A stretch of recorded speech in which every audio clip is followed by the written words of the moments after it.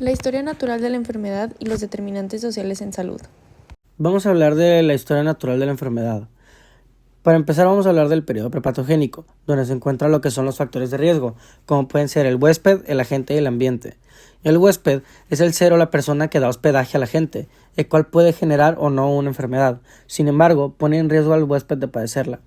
El agente es el elemento capaz de producir la enfermedad. Puede ser biológico como virus, bacterias, hongos, parásitos, químico con toxinas, drogas o alcohol, o físico con radiación, temperatura extrema o trauma. Y el ambiente son los elementos que rodean tanto a la gente como al huésped y facilitan o no la aparición de las enfermedades.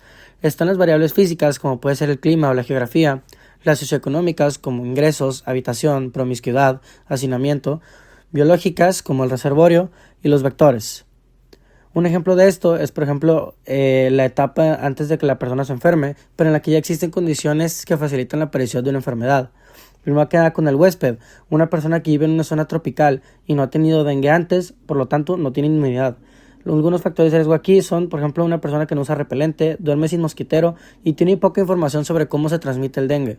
Ahora la gente, que es el virus del dengue transmitido por el mosquito Aedes aegypti, que es el vector.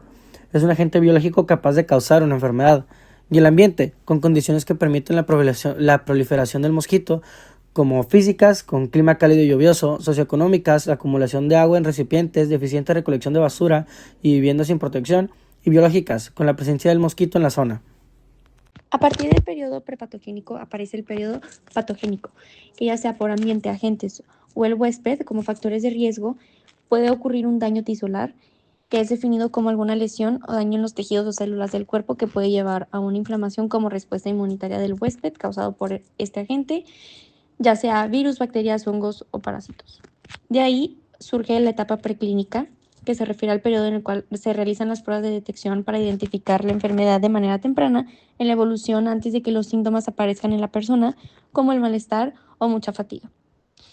Después ocurre la etapa clínica, que es en el momento en que la enfermedad infecciosa es expresada en el huésped en signos y síntomas, ya sea por el daño que causó el agente y la inflamación como respuesta inmunitaria del cuerpo, ya sea por ejemplo fiebre, sangrado, gripe, fluidos, etc.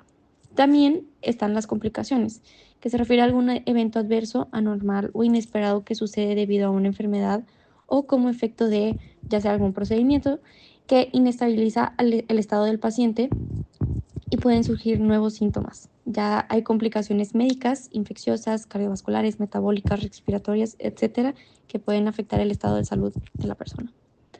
También están las secuelas, que es considerado un estado anormal del paciente que es provocado por un efecto directo de la enfermedad o cualquier procedimiento que se haya realizado y pueden ser visibles y graves o leves, por ejemplo, fatiga de alguna enfermedad o dificultad de caminar después de una cirugía.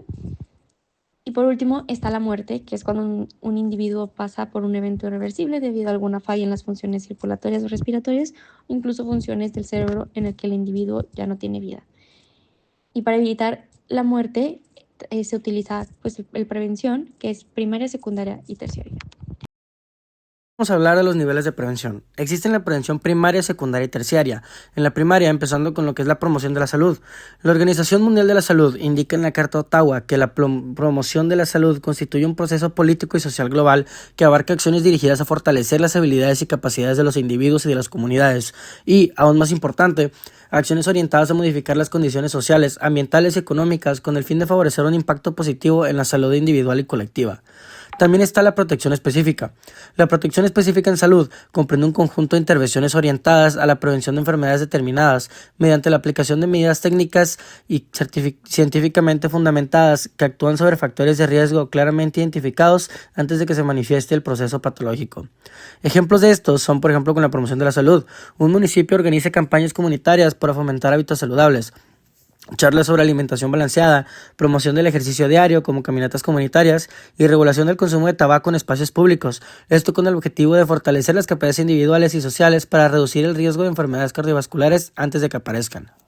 Y un ejemplo de protección específica son acciones dirigidas a un factor de riesgo concreto, con vacunación contra la influenza en adultos mayores para evitar infecciones que puedan complicar el corazón, control periódico de la presión arterial y el colesterol y programas para dejar de fumar o reducir el consumo de sal. Esto con el objetivo de evitar que se desarrolle la enfermedad mediante medidas concretas. Ahora hablando de prevención secundaria, está lo que es el diagnóstico, que es la historia clínica o estudios de gabinete. El diagnóstico es un procedimiento mediante el cual se analizan y explican las causas y circunstancias de un fenómeno, en este caso social y en específico de salud. El diagnóstico posibilita a los responsables del sector no solo de conocer la situación del fenómeno, sino de tomar decisiones para enmendar errores, intensificar lo correcto o idear nuevas estrategias de desarrollo. También está lo que es el tratamiento. El tratamiento es el conjunto de medidas médicas, psicológicas o quirúrgicas que se apliquen con el propósito de curar una enfermedad, aliviar sus síntomas o prevenir sus complicaciones, una vez que el proceso patológico ya se ha instaurado. Implica la intervención directa sobre el paciente para restablecer su equilibrio fisiológico y funcional. Incluye tanto procedimientos terapéuticos específicos como estrategias de apoyo orientadas a la recuperación integral. Con ejemplos dentro del diagnóstico, como puede ser una persona que acude a consulta porque nota fatiga y dolor torácico, el médico realiza una historia clínica detallada y un electrocardiograma y análisis de lípidos y se detecta hipertensión e inicio de enfermedad coronaria. Y el tratamiento, el paciente recibe medicación antihipertensiva y estatinas, cambios en dieta y actividad física y seguimiento médico para evitar un infarto. Ahora hablando de la prevención terciaria, está lo que es la rehabilitación. La rehabilitación es el proceso integral mediante el cual se busca restaurar la funcionalidad física, mental y social de una persona que ha sufrido una enfermedad, lesión o discapacidad, con el fin de reintegrarla plenamente a sus actividades cotidianas y a la sociedad. Un ejemplo de esto es a pesar del tratamiento, el paciente sufre un infarto leve. Después del evento, se inicia un programa de rehabilitación cardíaca que incluye ejercicios supervisados por fisioterapeutas, apoyo psicológico para reducir ansiedad y depresión, educación para reincorporarse a su vida laboral con hábitos saludables. Todo esto con el objetivo de recuperar la funcionalidad física, mental y social para reintegrarse plenamente.